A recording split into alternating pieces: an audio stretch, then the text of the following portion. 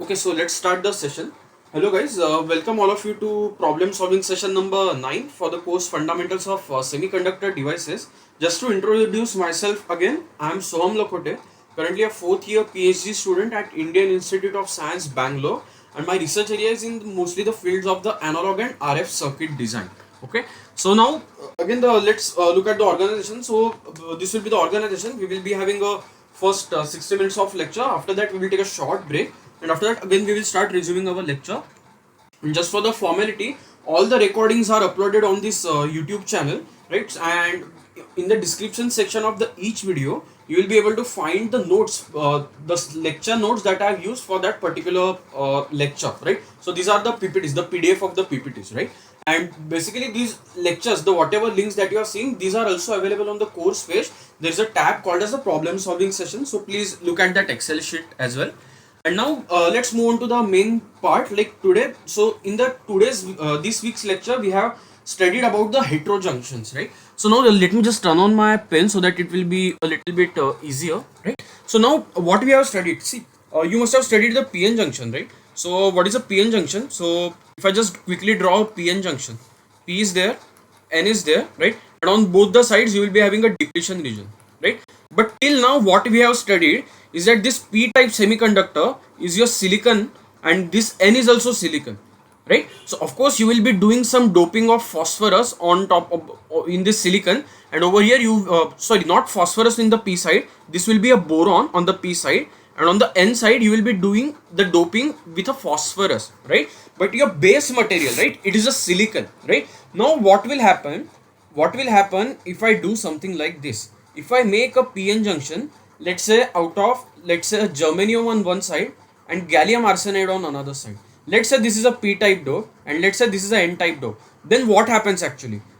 How the depletion region will look exactly, and how the energy band diagram will look like, right? So now these junctions that you are seeing, these kind of junctions where I have two different semiconductor materials. On one side I may be having some semiconductor material, and on other side I may be having some different compound, maybe let's say 3,5 compound, or I may be having another simple semiconductor material, not a compound semiconductor, right? So this type of junctions that you are seeing, these are called as the heterojunctions, right? So now this is what I was telling you, like the junctions on the left side, this is what I was telling you about. This is nothing but a homojunction actually, because your base material, that is a silicon, it is there on both the sides, p as well as the n sides, right? Whereas on the right side, what you are seeing over here, these are the heterojunctions, correct? So now sir must have told you, like, why do we even need these heterojunctions? So the one of the applications sir must have told you is about the LEDs and the photo detector, right? So there is something called as the band gap tuning.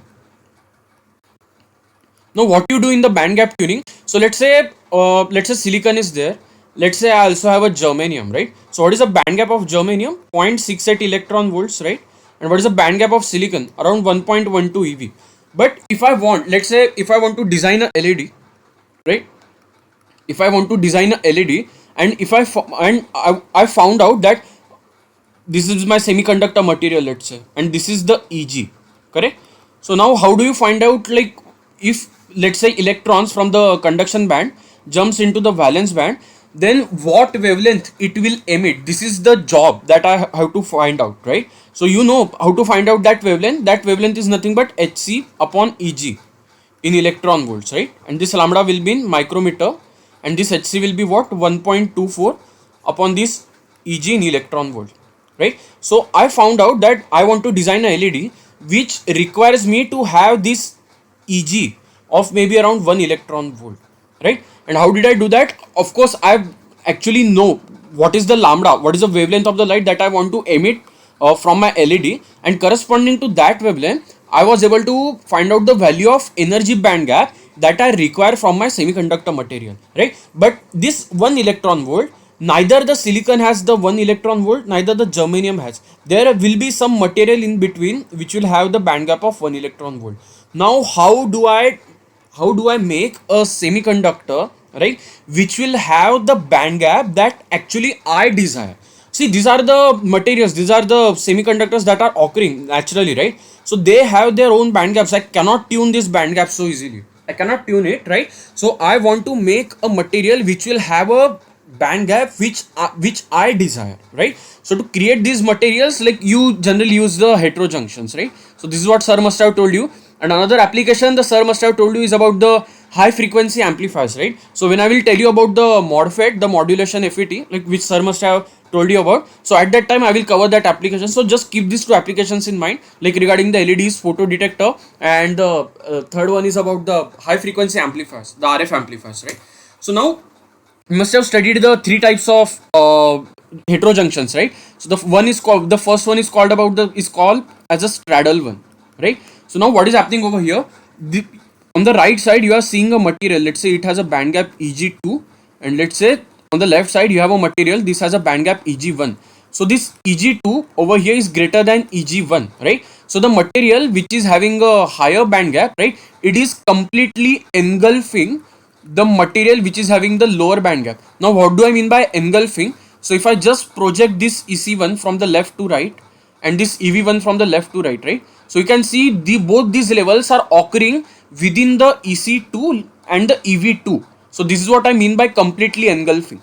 Okay, so now when you take the semiconductors material, when you choose the materials like this, then this arrangement will be called as a straddling one, right? And how do you differentiate over here? So you have a E vacuum, you have a vacuum level over here, and you know how we define the electron affinity, right? The difference between the E vacuum level and the conduction band, right?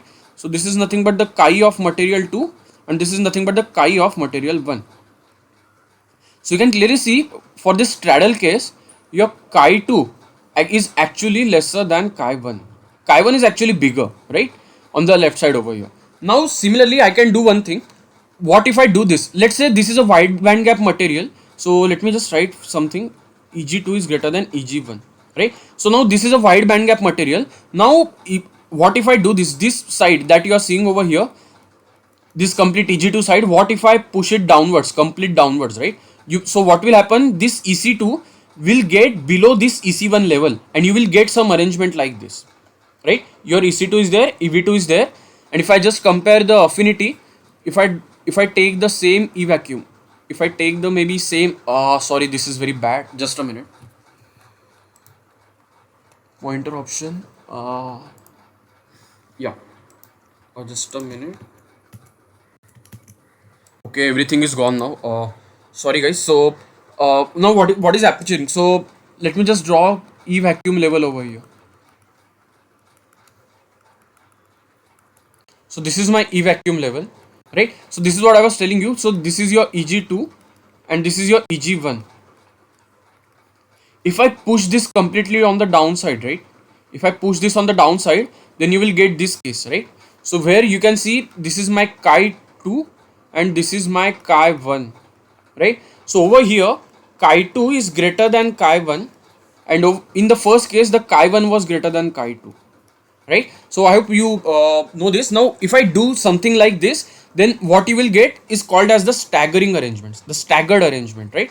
And now if I do something like this, if I push this EC2, if I push this EC2 below the EV1, below the EV1, right? If I push it below the EV1, then you will get one more arrangement, right? And now this arrangement that you are seeing over here is called as the broken gap arrangement. Now why broken gap? Because your Eg1 and your Eg2, right, they don't have any overlapping part.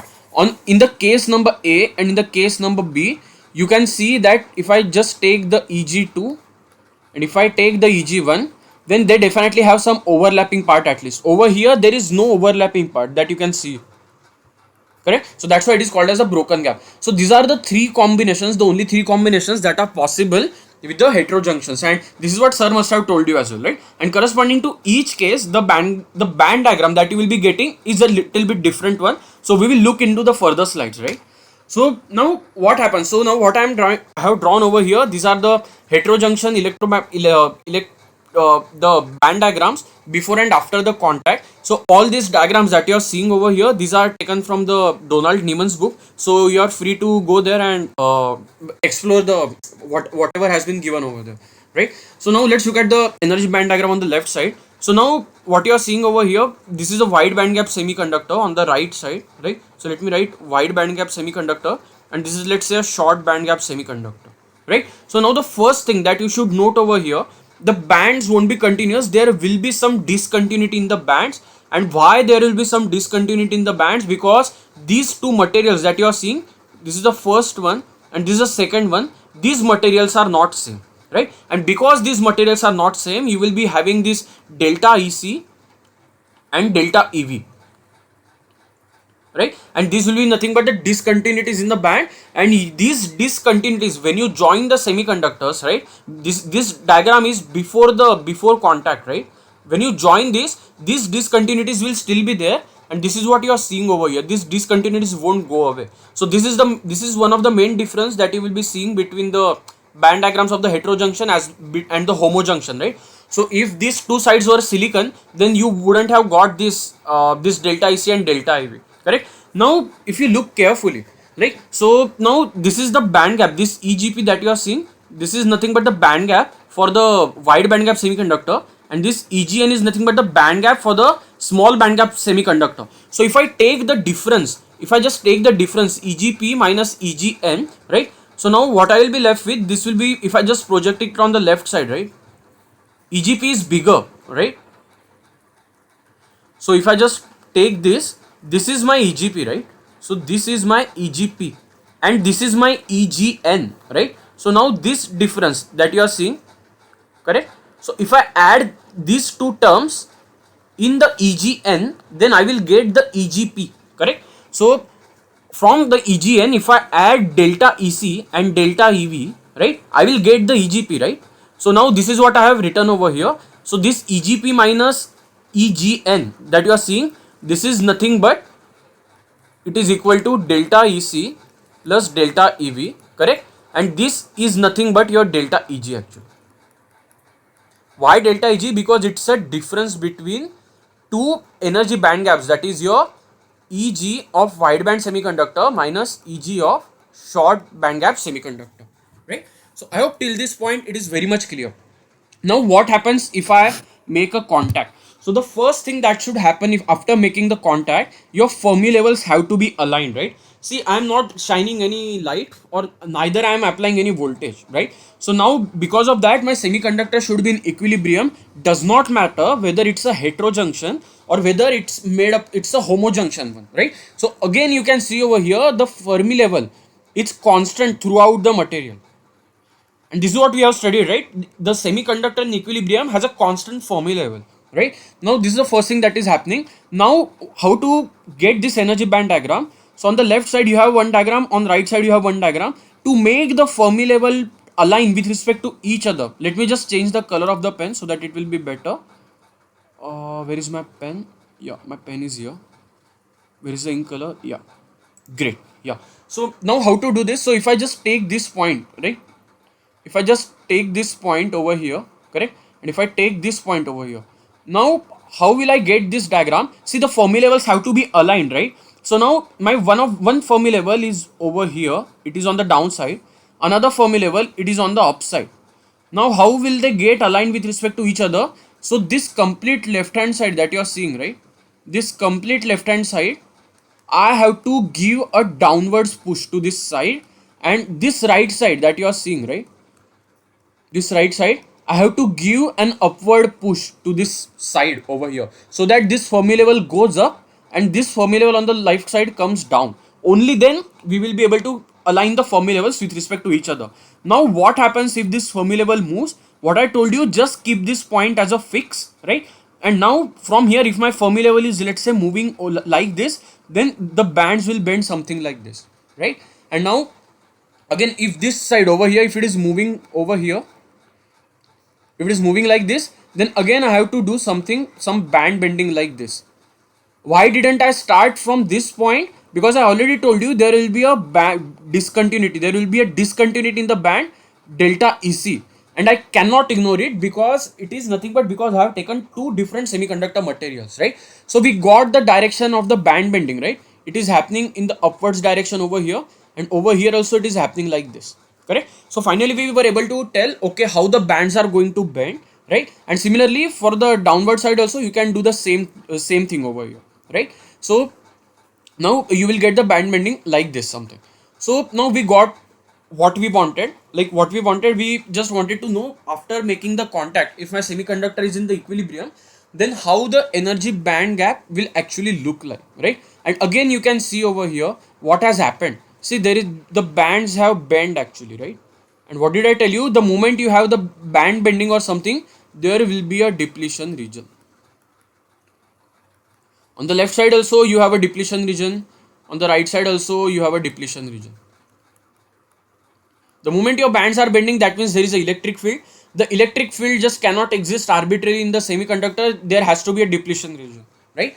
So now I hope you got the answer. And now these are just two formulas that we will be using in the further questions. So now what is this delta IC? So how will I quantify? How will I quantify this band discontinuity? So I already told you, right? So if you just look, if you just look over here, this is your EXP, the what you can say, the electron affinity of the wide band gap semiconductor, and on the left side you have the electron affinity of the short band semiconductor. So if you just take the difference, if you just take the difference of QXN and QXP over here, you will get this term delta IC, right? So now this is what I have written over here. This difference is nothing but your delta IC actually. So just remember this, we will be using this in the formulas. So I hope this slide is very much clear and you are not confused with the energy band diagram.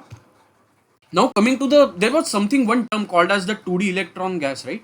So now what is this term?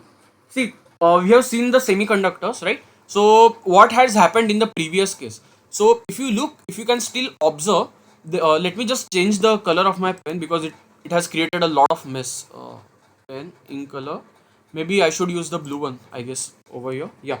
So if you look on the left side over here, so I have EFN over here and I have EFP. So now what does this mean? On the right side, if you look, the right side of the semiconductor material, it's a P type one, correct? And the left side is actually N type one, correct? Now in most of the books, how this notation is given, so for the wide band semiconductor, they use the capital notation P/N, and for the short band gap semiconductor, which is on the left side, right? So let me just write it. This is my short band gap and this is my wide band gap. So for the wide band gap, they will use the notation P/N, and for the short band gap, they will use the notation small p/small n, right? So now if I want to describe this semiconductor, I will write it something like this: small n for the short band because it's a n type semiconductor, and for the wide band it's a p type, right? So small n and capital P. So this is how this semiconductor will be represented actually, right? So now this is for N and P. On the both sides I have different kind of doping, right? On one side I have a N type, on another side I have a P type doping. But if I do a case where I have the same kind of dopant on both the sides, what do I mean by that? If you look, let me just change the color of my pen, pointer option, ink color, maybe the red one will be better. Yeah. So if you look over here, see, this is an N type semiconductor, right? So this is a N type. Why I have written in the small letters? Because this is a short band gap semiconductor, right? So this is a short band gap and this is a wide band gap semiconductor. Now if I look over here, again I have EFN, right? Like this Fermi level is very much closer to the conduction band than the valence band. So that means this is a N type. And how will I denote this? This is N type semiconductor. Now when you use the same type of dopant, I am not saying the same dopant, the same type of dopant, right? You are using the dopant impurities, right? They are going to give the electrons. So when you use the dopant impurities on both the sides, you get this N big N or P small p capital P, right? So these junctions where you have the same whether you are where you are doing the doping, the where you are doing the where you are adding the dopant impurities on both the sides or acceptor impurities on both the sides, this type of heterojunctions are called as isotope junctions actually, right? And now in case, only in case of isotope junctions, I will just write it, only in case of isotype junctions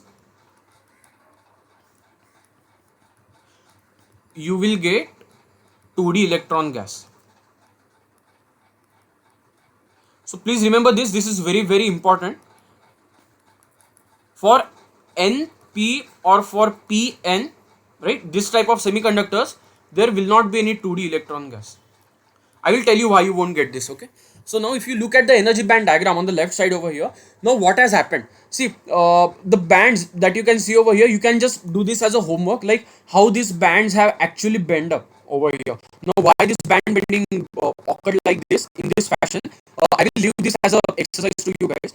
Sir must have explained you this, right? So now what has happened over here, if you look, why do we call it as a 2D electron gas, why this concept actually arises? The moment I connect these semiconductors, what has happened in this area?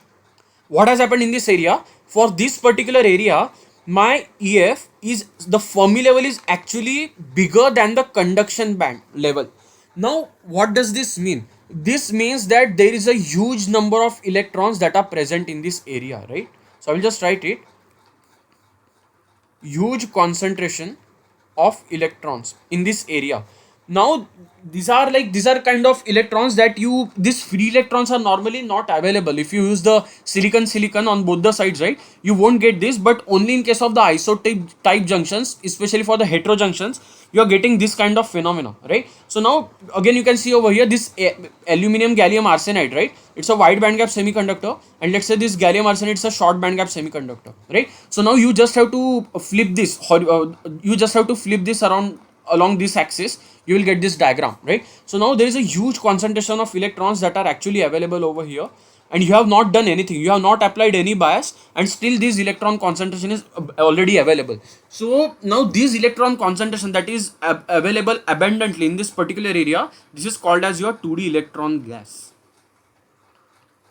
Okay, so I hope this term is very much clear to you guys, and we will see like why this will be a very important case. Okay, so I hope everything is clear, even the band diagrams are clear to you. Now coming to the next slide, that is we want to look at some formulas that will be required to solve numericals for today's lecture.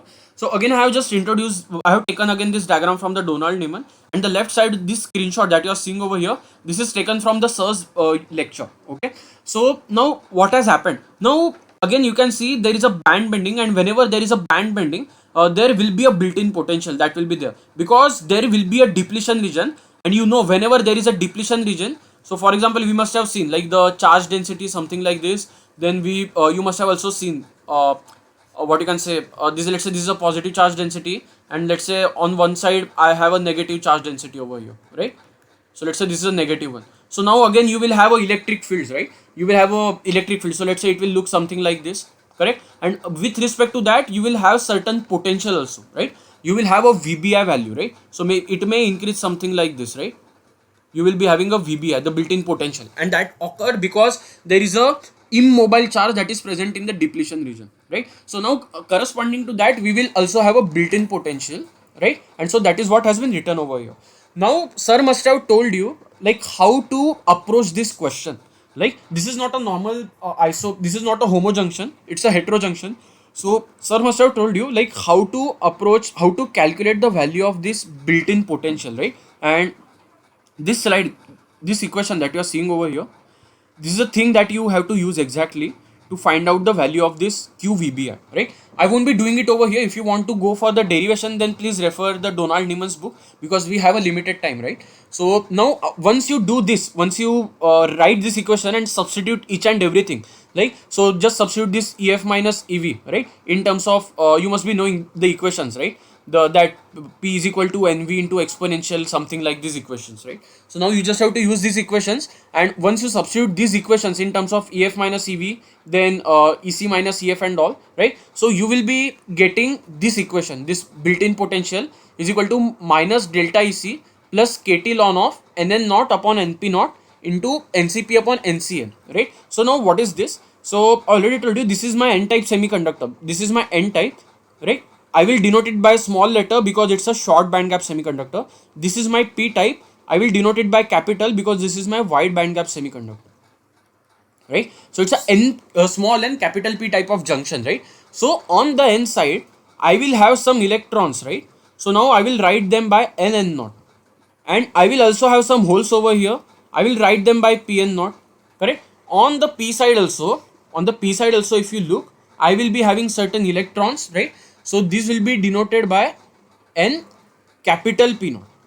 and again I will be having some holes. These will be denoted by P, capital P naught, right? So now these terms will be very much clear to you. This Nn naught is nothing but the concentration of electrons for the n-type doped semiconductor on the left hand side that you are seeing over here, and this is nothing but the concentration of electrons on the p side, that is this p side that you are seeing over here. This is the np naught that has been there in the formula, right? And what is this ncp, ncn, right? So now you have nc and nv on both the sides. You have nc and nv, right? Correct. So on the left side, the whatever nc and nv you have, I will just write this subscript n on nc and nv, and for the right side I will write the subscript nc capital P, nv capital P, right? Again these terms now are very much clear to you. Like these nc and nv are nothing but your effective density of states actually, that you must have studied in the first 2 weeks of this course, right? So I hope this formula is very much clear. So this we will be extensively using these formulas, right, to solve the numericals that are there in the further slides. Again the same formula that you are seeing, it can be written in terms of delta EV as well, right? So again this NN naught and NP naught are replaced by PP naught and PN naught. So again what are this PP naught and PN naught? So these are the PN naught and PP naught that I was actually talking about, right? So I hope this is very much clear to you, and we will just move on to the next slide now, and we will try to solve a few numericals based on whatever we have studied till now.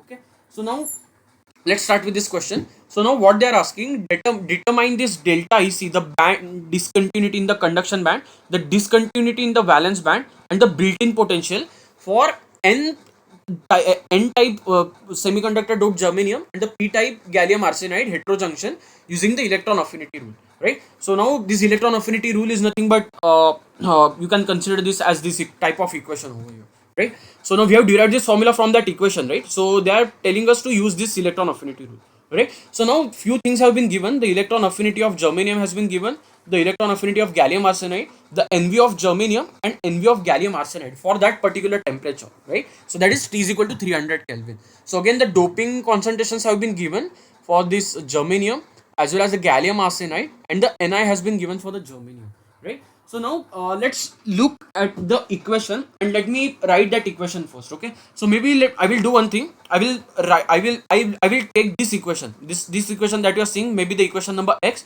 I will try to solve this question with equation number x, right? So now let me write this equation first. QVBI is nothing but delta EV plus KT ln of PP naught upon PN naught into NVN upon NVP. So this is the equation that I have. So okay, so now to find out the built-in potential, first of all I have to find out this value, right? This is the delta EV, and so I have to find out the value of delta EV, right? So now how to find out the value of delta EV? Okay, I know one thing. Delta EC I have already calculated. Delta EC formula we have to use. See, I told you one thing, like we have to remember this formula, this delta EC, right? This is nothing but the difference of the electron affinities between the both the semiconductor materials, and because of the difference in this electron affinities we have this band discontinuity, right? So I will use this formula first of all to calculate the value of delta EC. Just a minute. Yeah, so your delta EC is nothing but, okay, yeah, it is nothing but 2 times chi n minus chi p, right?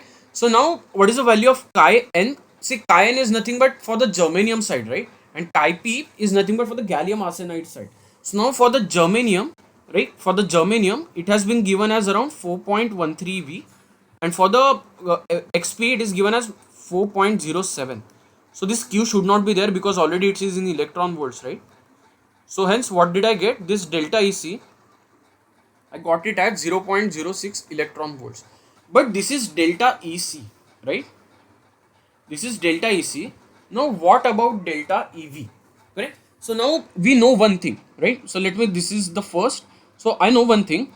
The delta EC, the total discontinuity that has occurred in the conduction and the valence band, right? This should be equal to the total difference in the band gap, right? And again this equation I have already written, correct? You can see over here, this is the equation that actually I am using over here. We have already studied this, right? So this is the equation that I will be using, correct? So now this delta EC I already know. So the way to find out the delta EV is to have delta EG minus delta EC. So I have to know the band gap difference between the germanium and the gallium arsenide, right? So now this will be nothing but EG of gallium arsenide, correct, minus EG of germanium minus of delta EC 0.06 electron volts, right? So this delta EV will become what? EG of gallium arsenide is 1.43 electron volt. The EG of germanium is around 0.68 electron volts, right? I guess around 0.67 electron volts. And this is my minus 0.06 electron volt. So if you calculate delta EV from here, right? So this delta EV value, this will come out to be around 0.7 electron volts. I hope this is very much clear. So I got the value of delta EC. I got the value of delta EV, right? So now let me use that equation. So let's say this is equation number A, correct? So now let me check whether I know everything to calculate this equation or not. So I got the value of delta EV. I know the value of KT.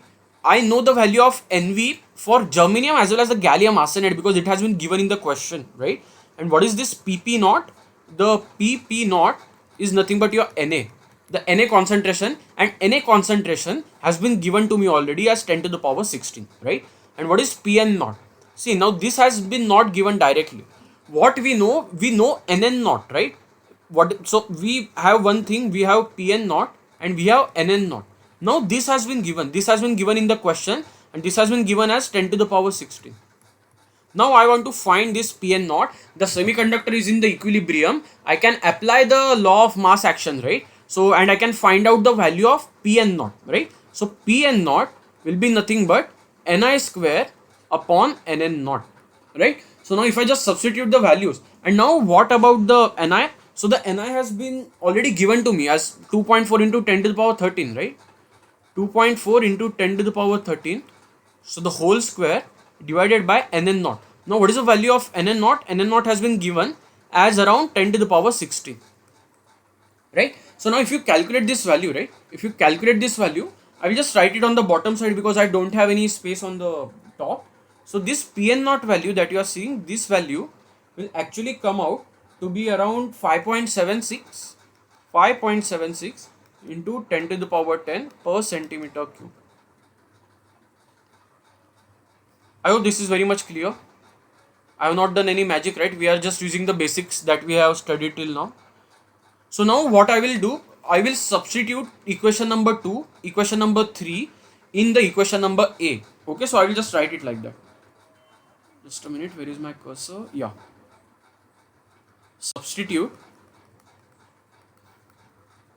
2 and 3 in A, right? So now this QVBI will become what? This QVBI will be nothing but the delta EV is 0.7 electron volts, right?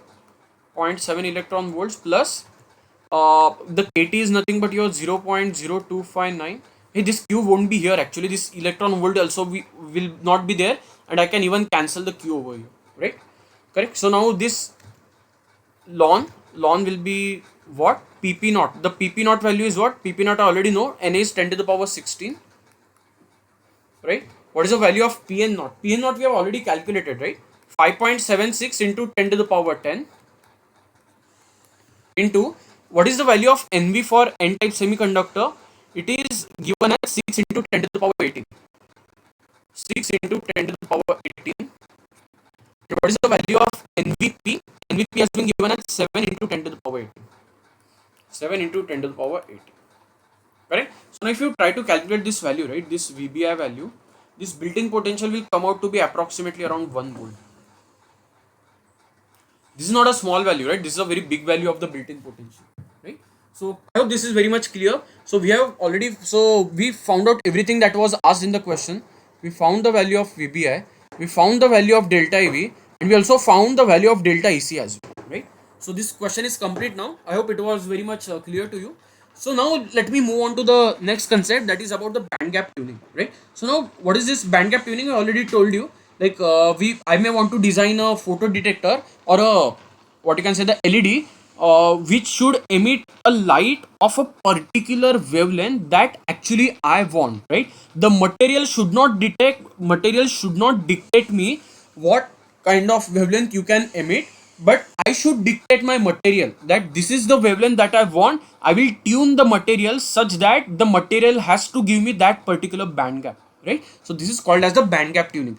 And now we use the heterojunctions for doing that, right? Sir must have told you. So again, these diagrams are taken from the Donald Neumann's book. So I will take two examples over here. So the first one is about the gallium arsenide phosphorus and aluminium gallium arsenide over here. So these are the two examples that I will be taking.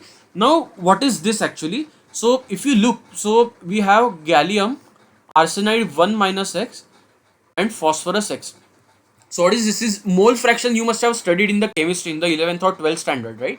So now this is the mole fraction, and on the x-axis I am plotting x. So now if x is equal to 0, then what will I get? I will just get a material gallium arsenide, right?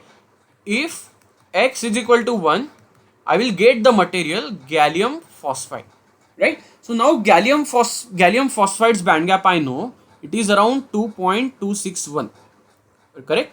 Just a minute. Yeah, so it is around 2.261, correct? And for the gallium arsenides I already know it is around 1.42 electron volt, right?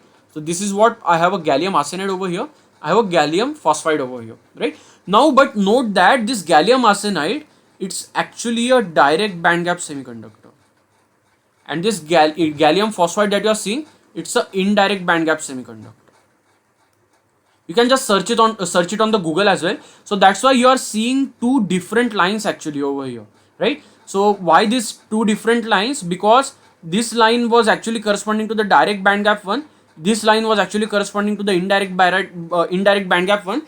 But there is the place, this is a place where actually your material will start to actually differ from the direct band gap characteristics. So for example, if you till this point I will have a direct band gap semiconductor. So for till this point, if I just take a point over here, I will have certain values of x for this point, right? So now till this point, if I tell you over here, I can get the direct band gap semiconductor material, right? But if I jump away, if I'm jumping from gallium arsenide to gallium phosphide over here, then there will be two paths. One is for this line and one is for this line, right? The one path terminates for this gallium phosphide and you reach the indirect band gap semiconductor. Actually you started from the direct band gap semiconductor, right? So now I hope this diagram is clear to you. Now this is for this gallium arsenide and phosphide, and now over here this is aluminium gallium arsenide, right? So again the same thing, nothing extraordinary, right? We are for x equal to 0, if I just write, then you will be left with the gallium arsenide material, and if I just start with x equal to 1, then you will be left with aluminium arsenide material, right? So now again you are varying your Eg from 1.4 to 4, this corresponds to gallium arsenide, and you are reaching somewhere here, right, for the aluminum arsenide, and you have a band gap that you can see over here, it's around 2.168, correct? Just a minute, somebody wants to join. Yeah, correct. So now I hope this band tuning is very much clear. So if you guys have any doubt, then please feel free to ask me at any point, correct? So now we will solve few questions based on this diagram, right? So now the first question that they are asking, determine the output wavelength of the gallium arsenide phosphide material for two different mole fractions, right? So now they want us to select the mole fractions by ourselves as well. So now let me take the mole fraction first as x equal to 0, right? So for x equal to 0, what will my material become like? This will be gallium arsenide 1 minus 0 P0. So this will be nothing but your gallium arsenide only. And I know the band gap corresponding to this. This is nothing but 1.42 electron volt. Now they are asking me the output wavelength. Now what do I mean by that? Let's say if I take a gallium arsenide material. So let's say this is my EC, this is my EV, right? And this is my 1.42 electron volts that I have, right? Now when the electron from the conduction band actually wants to recombine back, it wants to go back into the, what you can say, the valence band over here, it will emit a photon, right? Now what will be the wavelength of this photon? This is what the question is asking actually, right? And to calculate that wavelength, we have solved it multiple times, right? This Eg is nothing but hc by lambda. If I want to find out the wavelength of the photon that this recombination process will generate, right, then this will be nothing but this formula, right? So now if I want to find out the wavelength, this lambda will be nothing but hc upon Eg, correct? And how to make the adjustments in the formula? The lambda, if I want to write it in terms of the micrometer, right, I have to replace the hc with 1.24, correct? And this Eg that I am writing, this will be in the electron volts, correct? So now I will substitute each and every value over here. This 1.24 is there. What about the Eg? Eg I already know. Eg is around 1.42 electron volt. So this wavelength that you will be getting, right? So this will be around 0.873 micrometer. So this is a wavelength that you are getting for this x equal to 0 mole fraction, right? So this is the case 1. So this is the case 1, right? Now what about the case 2? Okay, so I don't have a space left with me. Let me just add a new page, right? Just a minute. Yeah, so let me just save the file.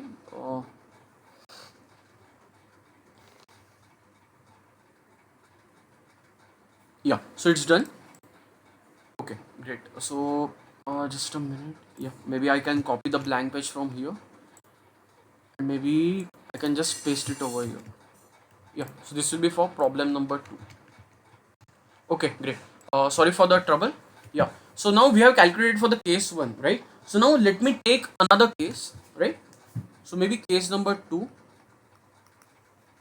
If I just look at this wavelength, right? If I just look at this wavelength, this is not in the visible range. This is under the IR range. Infrared, this is corresponding to the infrared light, right? So if you just take this gallium arsenide, if you make a LED out of it, it will generate a light, but you won't be able to see it with your bare eyes, right? So now if I want to make for the visible light case, let's say I want to make it for the visible light case. So maybe let me take any wavelength for the visible light. Maybe let's say lambda is equal to maybe around 0. What value I can take? I guess around 0.65 micrometer. So this is the value that I will be taking, right? So now corresponding to this, what will be the Eg? So if I just take Eg in electron volts, so it is nothing but 1.24 on lambda in micrometer. So what will be this lambda? This 0.65, and this Eg that you are seeing, it will come out to be 1.90 electron volts. This is the Eg that I have. Now what they had asked me in the question, right? So for determine the output wavelength of for two different mole fractions. Now for the first time I chose my mole fraction. I already chose my mole fraction, and after that I found out the wavelength. Now I am reversing the question. I will choose what wavelength I want, and for that particular wavelength I will choose the mole fraction, right?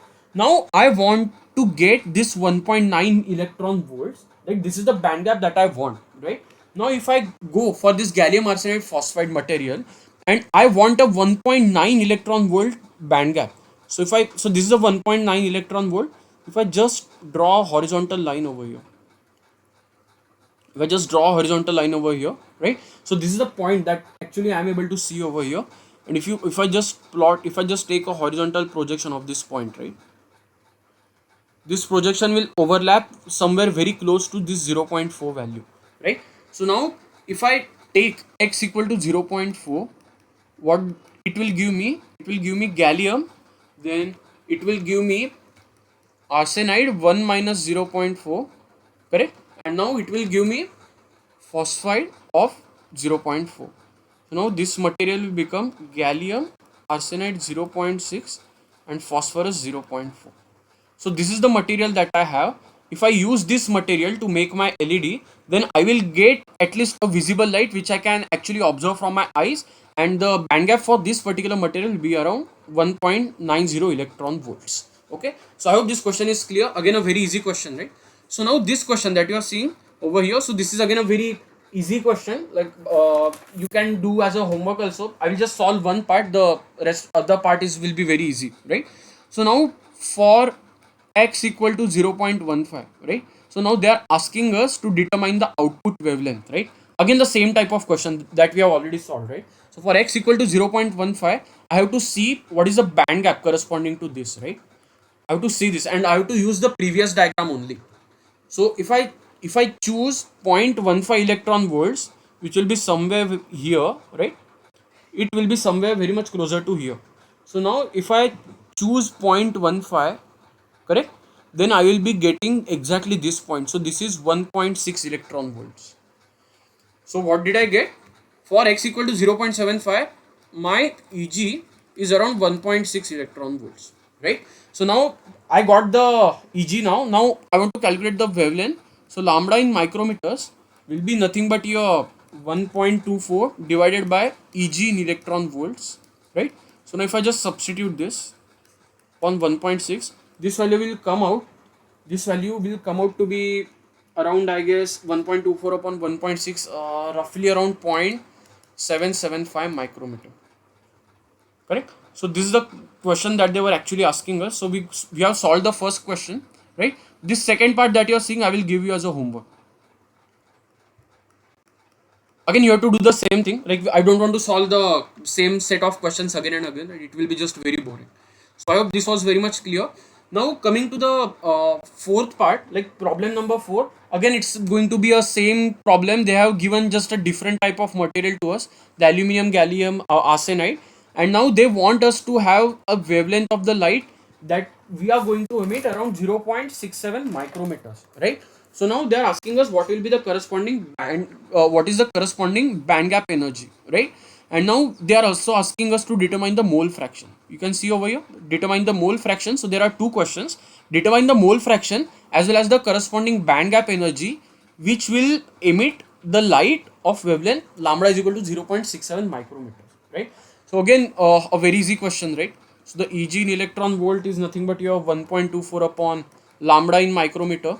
So if I just substitute this lambda 1.24 upon 0.67 micrometer, then the Eg that you will get, it will come out to be around 1.85 electron volt, right? Now what is my job? I have to choose the point 1.85 electron volts, right? This will be somewhere very close to here. It will be very much close to here, and I just have to project it downwards, right? I just have to project that point downwards. So if I project it downwards, then what will I get? I will get a point which will be very close to 0.4 electron volt, 0.4 mole fraction. So now if it is just left to the 0.4, right? So let me assume it as 0.38. So this x that you are seeing, it will be nothing but your 0.38, the mole fraction. It does not have any units, right? So again, we have solved both the questions over here, correct? Now coming to the next concept, this is a very important concept about the cutoff frequency, and sir must have told you, right? So what is this cutoff frequency? So it's a frequency at which the current gain of the transistor drops to unity. Correct? So this is the definition of the cutoff frequency, and why is it so important? See, I want my MOSFET to provide me the gain, whatever transistor I use, right? So let me write it, maybe whatever transistors we are using, right? So let's say I want to use the BJT, or let's say I want to use the MOSFET, or I want to use the MESFET. Whatever I am using, they have to provide me the gain, right? They have to provide me the gain, correct? So now this cutoff frequency is nothing but a kind of limiting value, like how close, how high frequency signal can you give to the MOSFET. So you have a MOSFET over here, right? So it's a gate of the MOSFET, and this is nothing but this Vs over here, right? So what is the frequency? So if I just write it as maybe a sine omega t, a sine 2 pi fct maybe, okay? So how high this fc can go, and still my MOSFET will work like a MOSFET. So there are two parameters now. So one is the cutoff frequency, this is denoted by ft, right? And there is also one parameter called as the f max, correct? This is nothing but the maximum operating frequency, of the transistor, right? And at this f max, your power gain drops to unity. The power gain drops to unity, correct? So for ft, your only current gain is dropping to unity, but the power gain that you are seeing, it is nothing but v into I, right? So only I has dropped to unity for this ft, but now for this f max, your v into I product itself will drop to the unity value actually, right? So now this transistor will cease to give any gain. See, this device that you are seeing, this device already has an inherent power gain, right? This device is already has inherent power gain. If it is only giving me the voltage gain or something, then I don't want this device. See, if I just take a transformer, right? If I just take a transformer, it is capable enough of giving me the voltage gain or even the current gain, right? But it cannot give me both simultaneously, right? So the V into I at the primary winding is same as the V into I at the secondary windings, right? So now the transistor that you are seeing, it has the capability to give you the power gain, and I want it to give me the power gain because I want to amplify the signal, right? So now this Fmax determines the power gain, where the power gain drops to unity. That frequency is called as Fmax, and the Ft determines the current gain, where the current gain drops to unity, right? So now for circuit designers like me, we generally operate the F operating of the circuit. We generally operate it around like Ft by 5 frequency or something. This is a conservative kind of design, right? So people are going very close to Ft by 2 or Ft by 3 as well, but we generally design in a conservative approach, right? We want everything to work properly, so this is what we design. The operating frequency is close to Ft by 5, right? So now this is just the introduction about the cutoff frequency. Now just to give you a formulative understanding, right? So now this is the gate over here. Now the first thing that you should understand to understand the Ft is about the transconductance. This is your GM, right? So if I apply a delta Vg change over here, this is a small signal change. This is a, let's say this is a small signal change that I am actually applying, and now how will my current will be flowing? The current direction will be flowing like this, right? So corresponding to the delta Vg that I am applying over here, what is the delta I change that actually I am getting? So this is defined by your transconductance called as the GM, right? And now once you get the GM, right, I won't go into the derivations of this Ft as of now, because to understand this you have to understand the small signal model of the MOSFET. Small signal model, right? So I will just write it from small signal model. And since sir has not covered it, I won't cover it over here. You will be able to understand it in your circuits course, right? Just remember this formula, like what this Ft is dependent about, right? So of course it is inversely proportional to the L square, right? So what does it tell you? The channel length reduction, it actually increases the value of Ft. One more thing that we have is the mobility, right? So increase in the mobility gives us increase in the Ft, right? Now you will be able to understand why the gallium arsenide has a higher Ft compared to the MOSFET, because just compare this mu n value of the gallium arsenide and the mu n value of silicon, you will easily able to get the answer, right? So these are the two parameters that I have, and this is nothing but this is dependent on the bias term, right? So I won't go into it because it's like a design parameter, right? So now coming to this cutoff frequency, like this formula that you can see, this Gm upon 2 pi Cg, that has also been written over here, the Gm upon 2 pi Cg. So again, after doing some manipulations, you can write it in terms of the saturation velocity also. You can write it in terms of saturation velocity also. Now why this thing matters? Because now it is telling me two things, right? First, increase the saturation velocity of your device. So that is the first thing it is telling me. The second thing is it is telling me that decrease the channel length of your device, right? Now don't tell me to decrease it to 2 nanometer or 3 nanometer, right? So now what has happened, this Ft that you are seeing, this Ft actually drops off. Like Ft has actually maxed out for the recent transistors that you are seeing from maybe 65 nanometer to 3 nanometer. So this Ft has already maxed out at around 28 nanometer technology, right? If you decrease the channel length further, let's say to 2 nanometer or 3 nanometer value, your Ft will actually drop off actually, right? And there are a lot of effects that comes into the play, like these formulas that you are seeing over here, it is not including all the short channel effects, right? It is just taking into account this velocity saturation, right?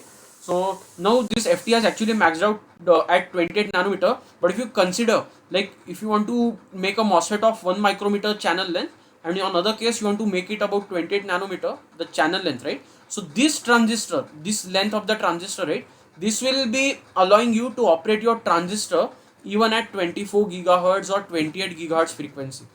This is a millimeter wave band, right? And if you use this, then you won't be able to operate at all. So you won't be able to operate at around 28 gigahertz frequencies.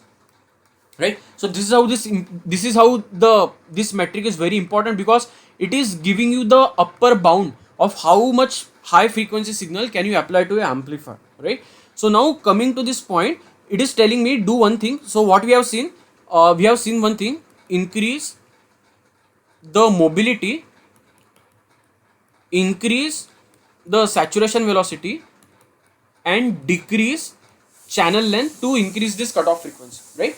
Now what sir must have told you, see, we do something in the MOSFET, right?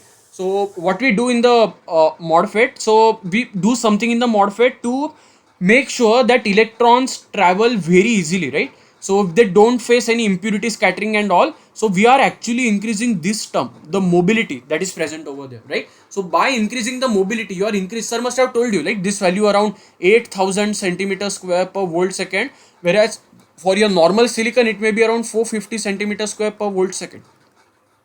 This is how high your mobility is actually becoming, right?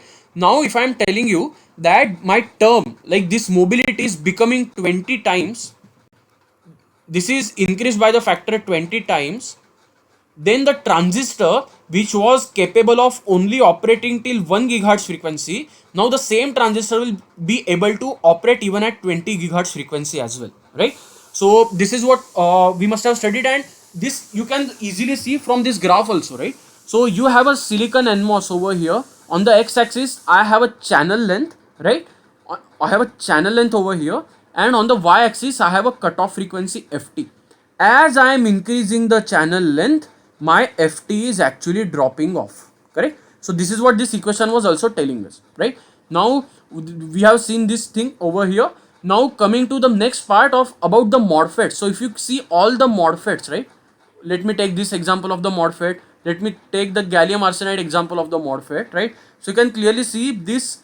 If you compare this value of the cutoff frequency, and if you compare this value of the cutoff frequency, right, you can clearly see how higher this is, right? So if I just assume this may be around 1.8 giga, and this may be just assume it as around, I guess, 10 giga.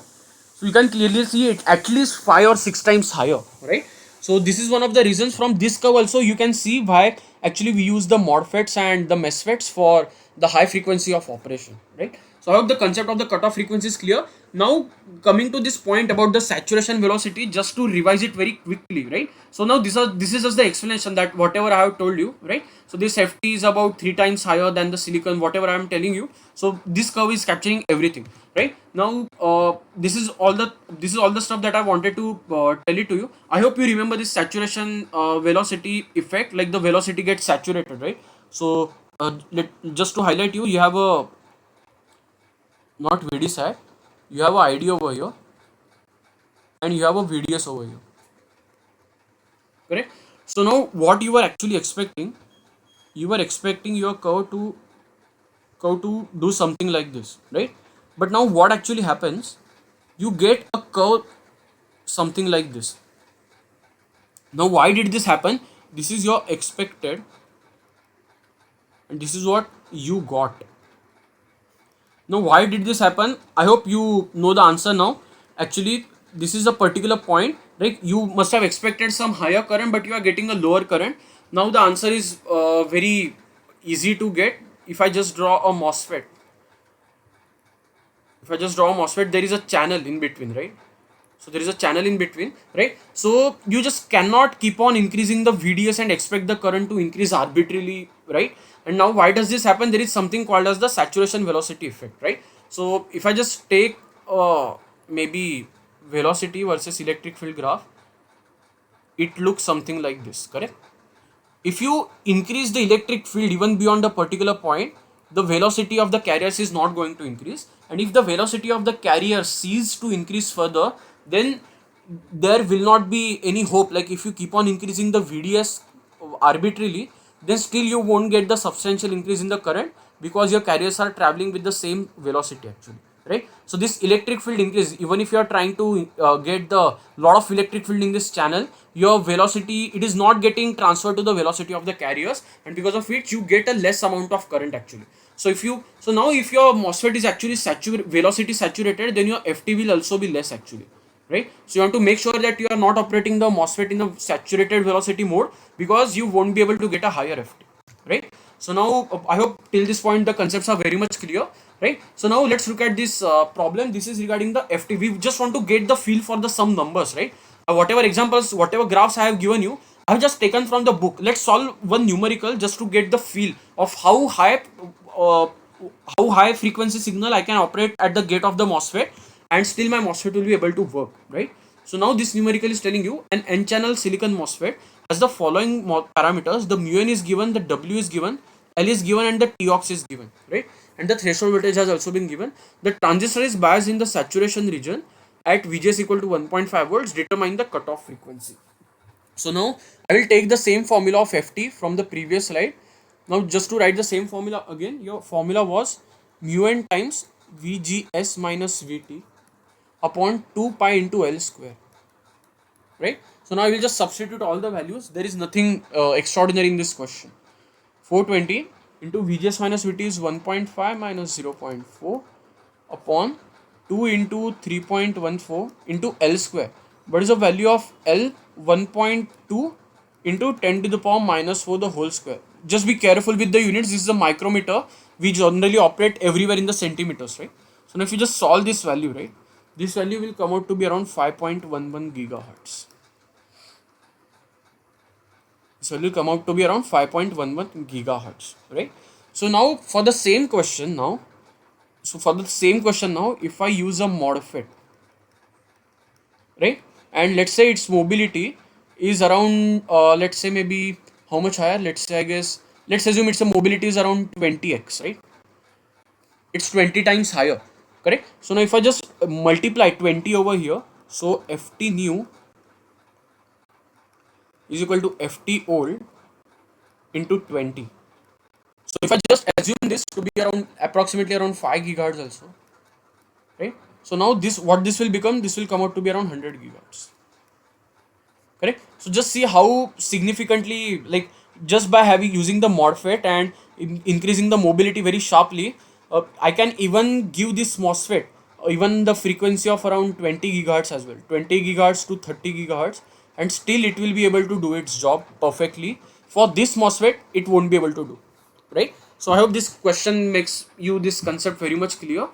So now this is regarding this problem. Now coming to the main part, that is regarding the MOSFET, right? So now sir must have told you why we use the MOSFETs, right? So he must have told you we want to use them for the high frequency RF amplifiers, like the high frequency RF amplification. Now what is this high frequency RF amplification? So I have just taken this diagram from the solid state circuits magazine. So if you look, I have a power amplifier over here.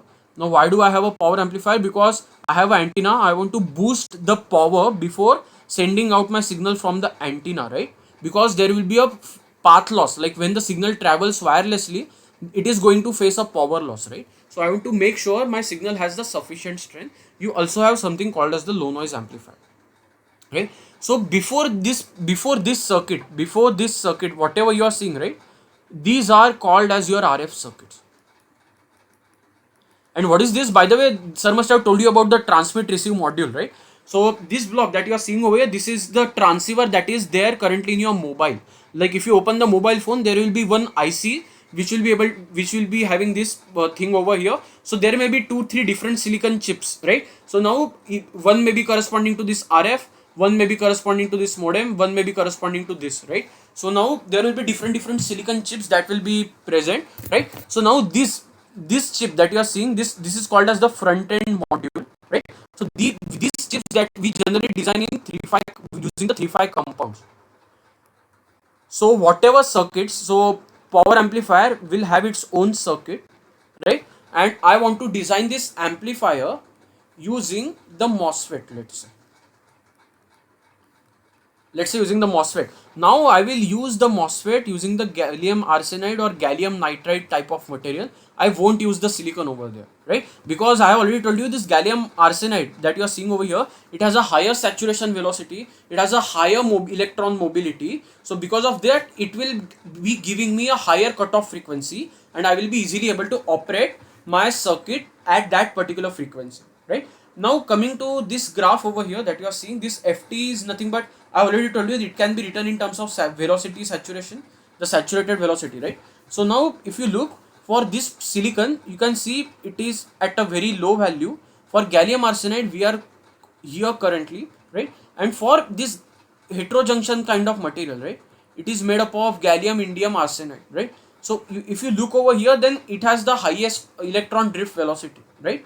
So now for if I apply, if I just take a cut, if I just take a cut like this, right, what it is telling me, if I apply a particular electric field, then what is the speed with which my carriers will be moving? So for silicon, they will be moving only with this speed, right?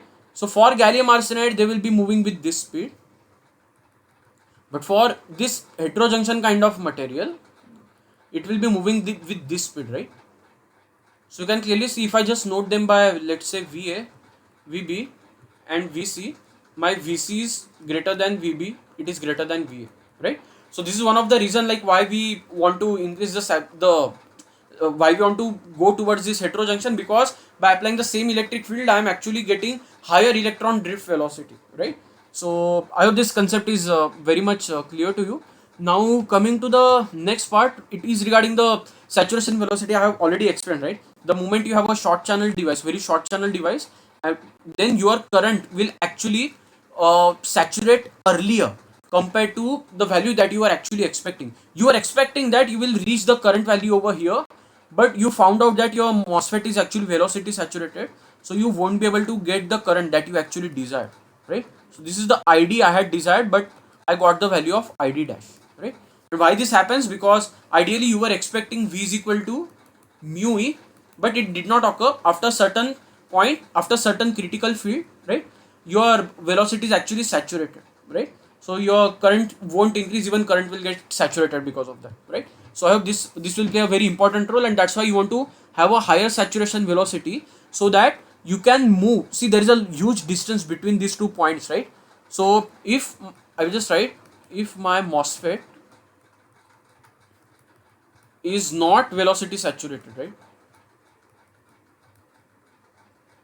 If it is not velocity saturated, then this curve that you are seeing, right, this will just move to this curve value, and I will get a higher ID for a particular value of VDS if I apply the same VGS value, right? So this is what we actually want, and I just wanted to refresh this concept, because you must have seen why I'm focusing so much on this saturation velocity, right? So now I hope this is clear. Now coming to what is wrong with the MOSFET, like why we are not using the MOSFET over here. So the first thing, like the sir must have told you, is about let me draw the MOSFET over here, actually that will be very much better.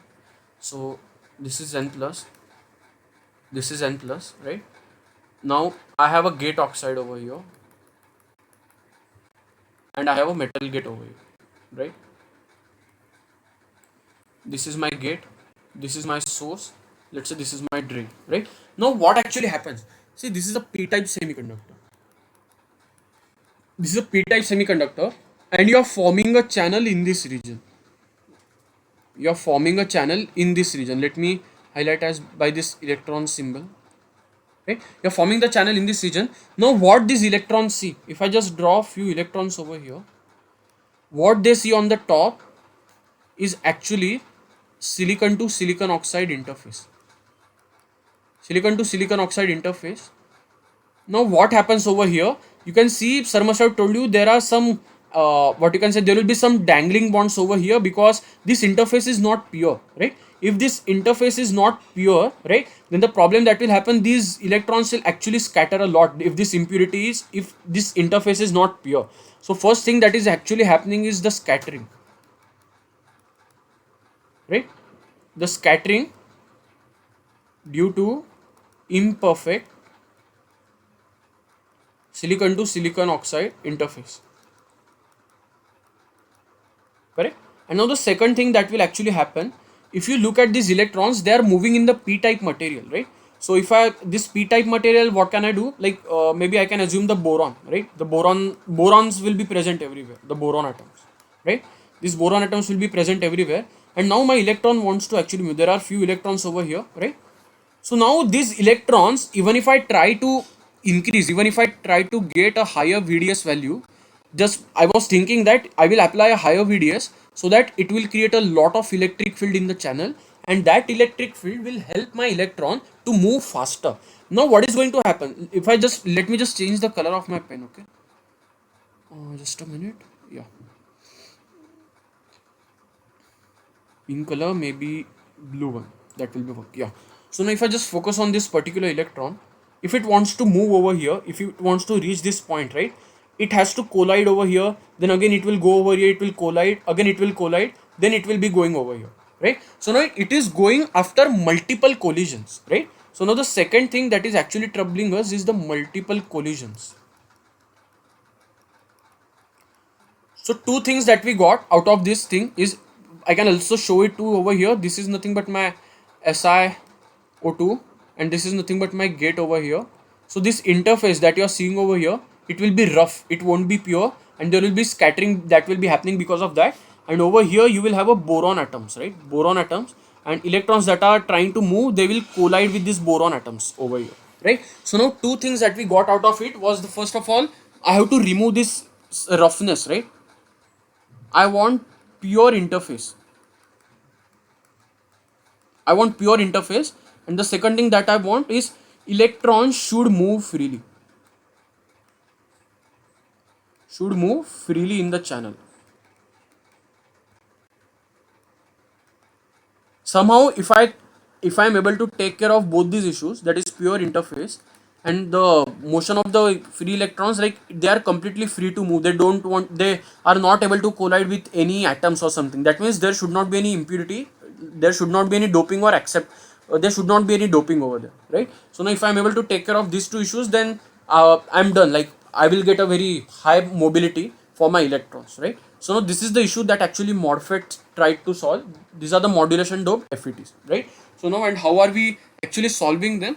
Like if you just look, we have a N-type doped aluminum gallium arsenide layer that is present over here, and this depth that you are seeing, it is corresponding to this N-type aluminum gallium arsenide, right? So this is the first is. The second thing that we have is the spacing layer. I will come to it, why we have this undoped aluminum gallium arsenide spacer layer, right? And now rest of the structure is looking very same. Like you have a source, you will apply Vs over here, you will apply a drain voltage over here, you will apply a gate voltage over here, right? And now what are these on the bottom? So if I just draw a vertical view, then I have a gallium arsenide substrate. On top of that, I am building what you can say this. I'm building a N-type aluminum gallium arsenide, right? And on top of it, sir must have told you, like we have some contacts, right? It will look something like this, I guess. Yeah, just a minute. My drawing is becoming bad day by day. It will look something like this, right? And here you will have a drain, and here you will have a source, right? So now these are the verticals. So sir must have told you, like this aluminum gallium arsenide you cannot build on top of any substrate. That is, if you just take a silicon, right, and on top of it if you try to build aluminum gallium arsenide, this is not possible, because the material it's a, what you can say, problem of the material science as well, right? You have to do a lattice matching, and lattice matching cannot happen arbitrarily, right? So now we have to build this aluminum gallium arsenide on top of this gallium arsenide substrate only, right? So now that's why we have this gallium arsenide substrate. On top of that we have this undoped gallium arsenide, and on top of that we have this spacer layer. On top of it we have this aluminum gallium arsenide layer, which I have shown over here, right? And now, so how this stuff is actually working out. So now if I apply, for example, let's say even if I don't apply anything, now the what will happen because of it, it's because there are lot of electrons, in this N-type aluminum gallium arsenide. These electrons will actually try to go from this region into this gallium arsenide region. And the moment you have this diffusion of this N-type electrons from this aluminum gallium arsenide to into this gallium arsenide region, you will be having a layer of electrons that will be present over here, and this will be called as the inversion layer for this particular device, right? So now what is the job of this spacer layer? So now once these electrons actually from the leave the N-type aluminum gallium arsenide, they will be leaving behind this positive immobile charges, right? they will be leaving behind this positive immobile charges, correct? So now what I have a spacer layer over here, and this consists of undoped aluminum gallium arsenide. Now I have the inversion layer of electrons that is present, correct? Now whenever I will be applying voltage or something, right, I don't want these electrons to go above, to get attracted with these positive charges, right? I want them to move horizontally in this direction, right? So to separate out that thing, this is why we have this spacer layer over here. So I have this concept, the concept of this spacer layer. Why do we have this spacer layer is clear, and how this thing works actually. So the moment you apply a negative voltage, normally if you look at the MOSFETs, right, so they will have a negative threshold voltage actually. They will be having a negative threshold voltage. So, and like sir must have told you two things, right? One is the normally on case, another one is the normally off case. Correct? This normally on case is nothing but your channel is inherently formed. Channel is inherently there. You don't have to do any effort to form this channel actually. Whereas the normally off case, you have to put some effort to create the channel, right? So the moment you apply more and more negative voltage over here on the gate, the more and more electrons will be getting pushed out of this N type aluminum gallium arsenide layer, right? So that's why you can see there is a depletion region that is present around over here. And now where will these electrons go? These electrons will actually go into this gallium arsenide substrate over here, right? And that's how you form the inversion layer, right? So I hope this is very much clear to you, the concept of the MOSFET, right? And now just to check whether we have we solved any problem regarding the whatever problems I told you, right? There are two problems that we were facing. The one is regarding the pure interface, right? So sir must have told you, like if you form a semiconductor to semiconductor, let's say this is semiconductor and this is also semiconductor interface, right? This is easy to form. This interface that you are seeing, this can be pure because we have achieved the atomic level precision, right? Sir must have told you the thickness, like it is in some few Armstrong, and then you take another semiconductor, again you put it, again you take another semiconductor layer and all. So this interface is very pure. But if you have a interface like semiconductor is there, and you have, let's say, semiconductor oxide like SiO2, this interface is not pure because you deposit this oxide, like you do some process, and that process, the oxide that results actually, it causes some impurities over here. See, you are building the SiO2 on top of silicon only. So you take the silicon and on top of it you build the silicon oxide, right? It is not like you are taking the silicon oxide and then you are joining these two things. You develop this SiO2 layer using the silicon on top of the substrate only. You develop this SiO2 on top of this silicon substrate actually, right? So this interface is not pure. So now now let's check whether have we removed the interface problem or not. So now if I just draw this electrons layer over here, now on top of it you are seeing the spacer layer. Spacer layer is nothing but aluminum gallium arsenide, and it's undoped. It's an intrinsic. I have not done any doping over here. Now I have a semiconductor, right? This is a semiconductor, and where are these electrons moving? They are moving in the gallium arsenide, right? So now what I have a semiconductor to semiconductor interface. Gallium arsenide, aluminum gallium arsenide, and now you know this interface is pure. It is not impure like the silicon to silicon dioxide interface. So because of that impure interface, whatever scattering, whatever roughness it produced, like it used to hinder my electrons, right? So now that hindering is completely gone because my interface is now interface is now semiconductor to semiconductor. So I have solved the first problem. That is the pure interface. Now coming to the second problem, the electron should move freely in the channel, right? So how they will move freely in the channel? Here in the MOSFET, there was a trouble because there were borons everywhere. So these electrons used to collide with these atoms, right?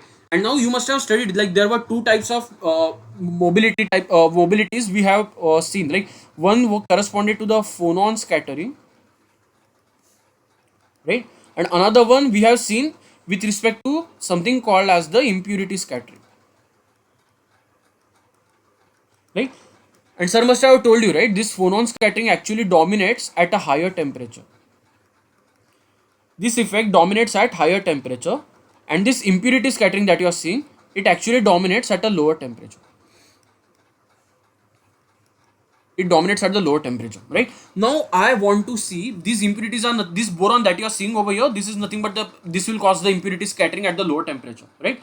And this phonon scattering you must have seen, like as you increase the temperature, the silicon atoms will start vibrating. So these electrons will actually they won't be able to move freely because these silicon atoms are vibrating heavily, right?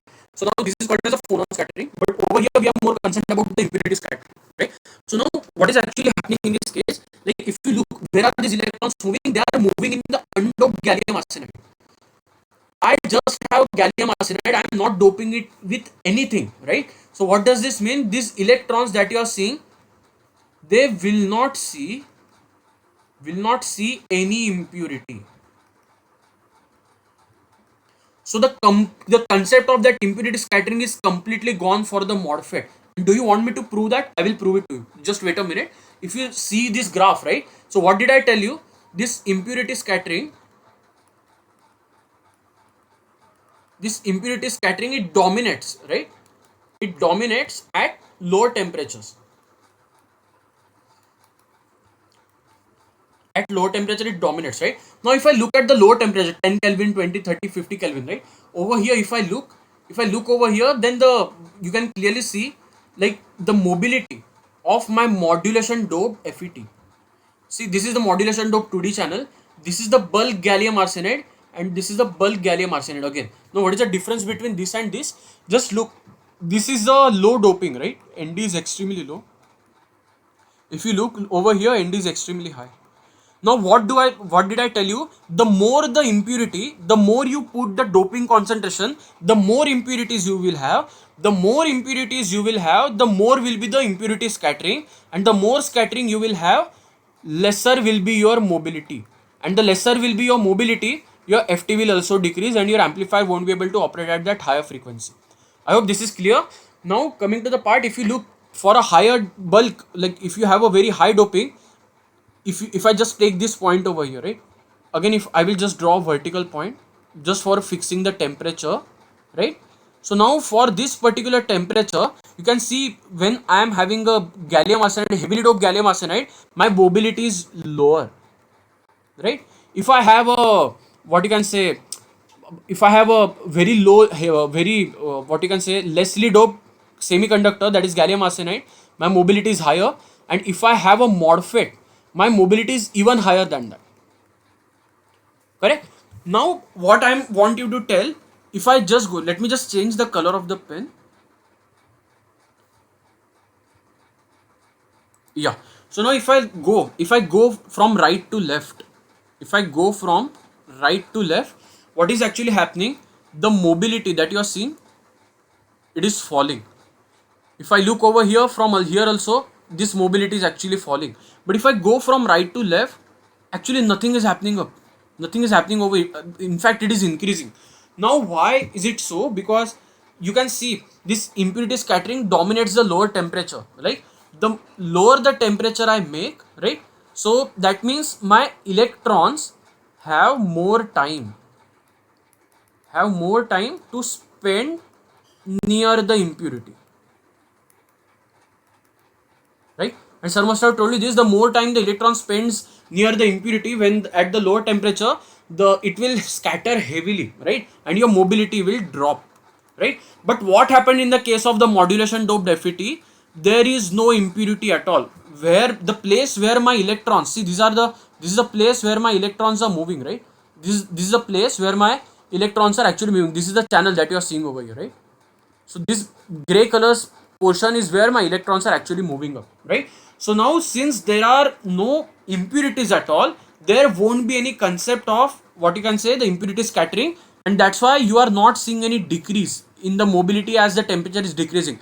Normally the graph is something like this, right? For the mobility versus temperature, this portion, that is the decreasing with the mobility decreases with decrease in the temperature, it is not present for the MOSFETs, right? So what does this graph prove it to you? Like whatever two things that I told you, the two issues, about the pure interface and about the electrons should move freely in the channel, these issues are completely solved by the MOSFETs actually, right? So now this graphs proves all the things that I have explained till now. Okay, so I hope this concept is very much clear to you regarding the MOSFETs, right? It is really interesting, right? So now coming to the energy band diagrams of this MOSFET. So sir must have already told you like how these energy band diagrams are formed. I will just add few points over here. So the first of all, whenever you see the bending in the bands, you should think like there should be a depletion region. There should be a depletion region. Without it, the bands cannot bend. Over here also you can see the bands have already bent, right? So there should be a depletion region here also, right? And now let's check whether I will check for aluminum gallium arsenide. Let's check whether there is a depletion region or not, right? So I already told you, when you apply a negative gate voltage, what happens? There are lot of electrons, because this is a n-type aluminum gallium arsenide, n-type doped. So there are a lot of electrons, so they will get pushed away. And where will they go? They will go in the gallium arsenide, right? They will go in the gallium arsenide over here to form the inversion layer. What will be left behind is the positively immobile charges. They cannot move, right? So now these positive charges that you are seeing over here, they will form a depletion region, correct? So now this depletion region that you can see, and that's why the reason like this depletion region is existing, and that is why you are having a band bending that is present over here, right? And now coming to this point, like it is just divided into the two regions. One is your this n-type aluminum gallium arsenide, and this d naught that you are seeing, it is corresponding to this spacer layer that I had just explained you, right, in the few slides back, correct? So now it is so this distance have been written over here. And now the moment you have the now the if you just draw it normally, the energy band diagrams, this is a case for normally off MOSFET.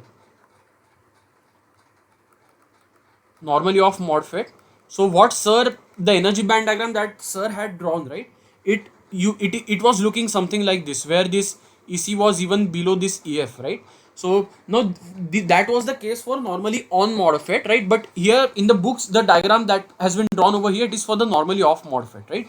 And when you apply sufficient voltage, like what happens, you get the electron layers. Like you can see over here, the EC minus EF, the spacing over here has just reduced to the zero.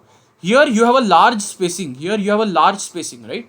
So that means the electron concentration for figure number A, right?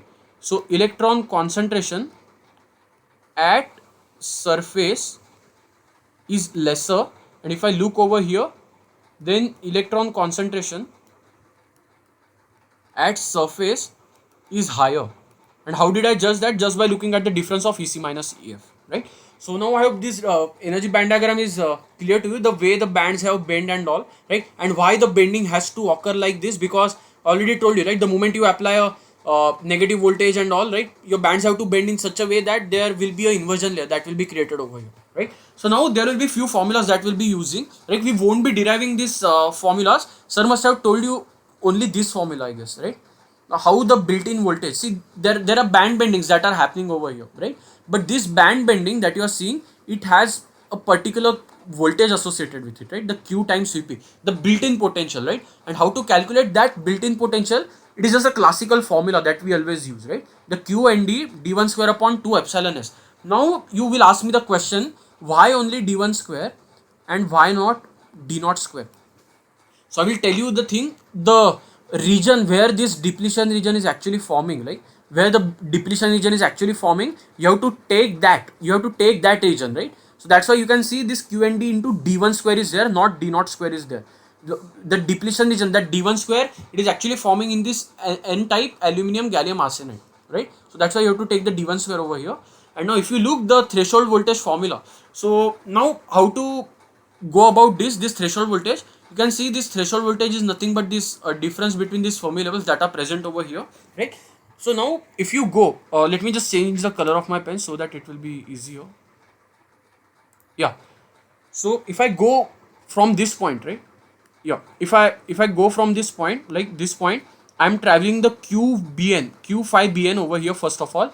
Then I have to get subtract this. Now how to reach this? See, this is nothing but I have to reach till this point, right? So to reach till this point, I have to do one thing. First of all, I have climbed this height, I have climbed this barrier. Now I have to come down this height till this height over here, right? So how will I come down this height? So first of all, I have to travel this distance. And what is this distance? Q into Vp. and from here I again have to travel this delta EC distance over here, right? So now this VT will be nothing but this phi n minus delta EC minus VP, right? So now what is this delta EC? Delta EC we have already seen, right? The discontinuity in the band, discontinuity in conduction band. And now why did this occur? I already told you this discontinuity in the conduction or valence band will occur only in the case of heterojunctions, right?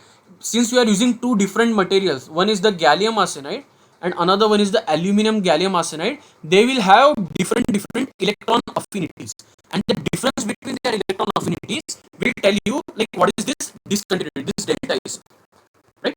How this concept is very much clear. So we have seen this formula Vp, we have also seen the formula for Vt, and now what is this ns of y? Just a minute. Yeah, what is this ns of y? So I will just draw a quick diagram. Where should I draw? I don't have anything. Okay, I have a space over here. So if I just draw a diagram, right? So let's say this is n plus, right? So I have this channel, right? I have this channel with me, right? The channel. Let me just tell it as channel. So now how? So you must have seen the v of y. So if I just draw, this is my y direction, right? So you must have seen v of y. What is this? This is nothing but the channel potential. This is channel potential. Now what is this ns of y? Ns of y, the ny is nothing but, let me just tell you, just like this v of y is the channel potential, n of y is nothing but the carrier density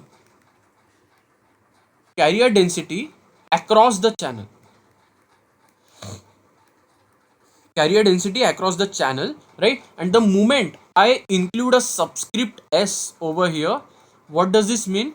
The carrier density at the source. Okay, so this ns of y, so this ns of y, you can think of it like how much carrier concentration, that is the number of carriers per unit area, like the number of carriers per unit area that I have, right, along the channel over here, right? So I hope this point is very much clear. So, and what is this ci over here? This c is nothing but, see, if I just tell you about this equation, then it is looking something like q is equal to c times v, right? And how I am telling you that, if you just look at this numerator, right, this numerator is looking like c into v, and this is nothing but some q. Now this q, why I have divided it? Because the q times the number of carriers, q into number of carriers gives me the total charge. It gives me the total charge, right? So now if I just multiply q into n, then I will have something like q is equal to cv over here, right? So I hope this equation is making sense to you, right? And this term we have already seen, right? This vg minus vt minus v of y, we have already derived it 2 times at least in my lecture itself, right? So this q is equal to cv. I hope it is clear. And this ci that you are seeing, it is not the oxide capacitance anymore. This ci that you are seeing, it is actually given by this formula. I won't derive it as of now, because not in the scope of this course. You have this epsilon s over here, like epsilon s is there. Now this d1, what is this d1? D1 is nothing but, if I just go back to that diagram again, this is the d1. The d1 is the depth for this n-type aluminum gallium arsenide, right? Now this d0 that you were seeing, this is nothing but the depth for this undoped aluminum gallium arsenide spacer layer, right? And what is the delta d? So the delta d is actually nothing but the thickness, the thickness of the channel. So for example, let's say if this is n plus, and let's say this is n plus, right? So if I have something like this, right? So now even this thing has a particular depth, right? So this is called as the delta d. So now all these three things, when you add up, right, so it forms like a effective capacitance, right? And this is a formula that they have given, the ci for that. So now we have to remember these formulas. One is the vp, right, the built-in potential. Another one is the threshold voltage, right? And another one is ns of y, right? And this ns of y includes this ci over here, right? So I hope it is very much clear to you. We will extensively use these formulas to solve the questions in the further slides, right? And again, you can see I have just highlighted all the formulas that are present over here. By the way, how to calculate the value of this delta D? Normally, if you look in the books, they will generally tell you that this value is generally assumed to be around 8 nanometer, right? So if it is not given in the exam or any question, you just have to take this value as around 8 nanometers. Okay, so I hope this part is very much clear to you. I have just highlighted all the formulas over here, right? So now we will move on to the solving the few problems over here, but before that we will just take a short break of 5 minutes, and after that we will resume. So the break starts now.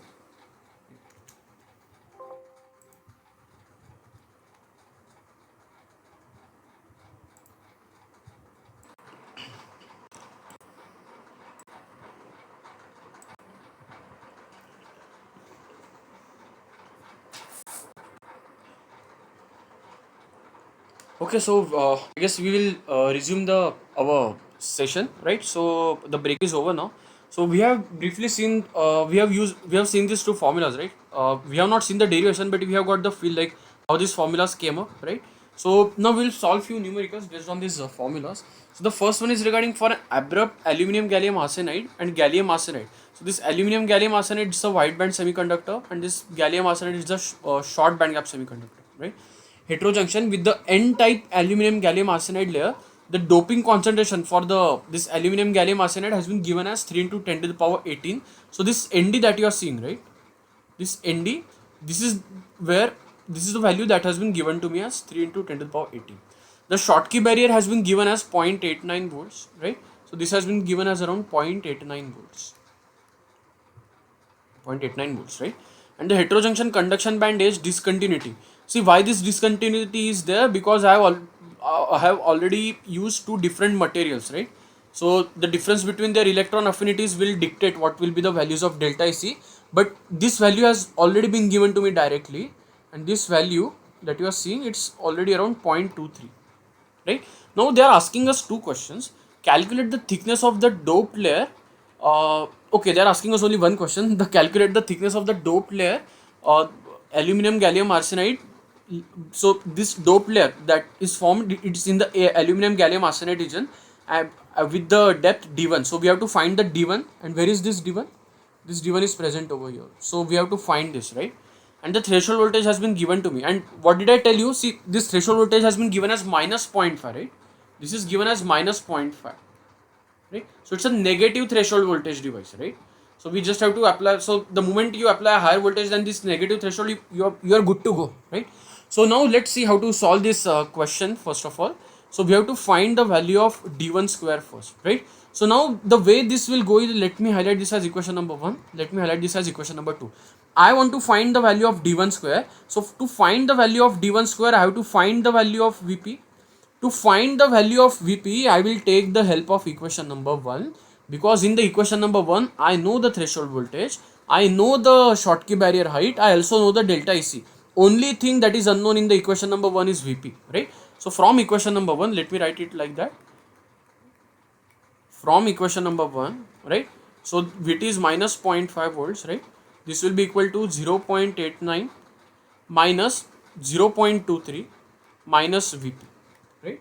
So this is what I got, right? Now if you try to solve this, right? If you just try to solve this stuff, then this Vp value that you are seeing over here, this Vp value will come out to be around 1.16 volts.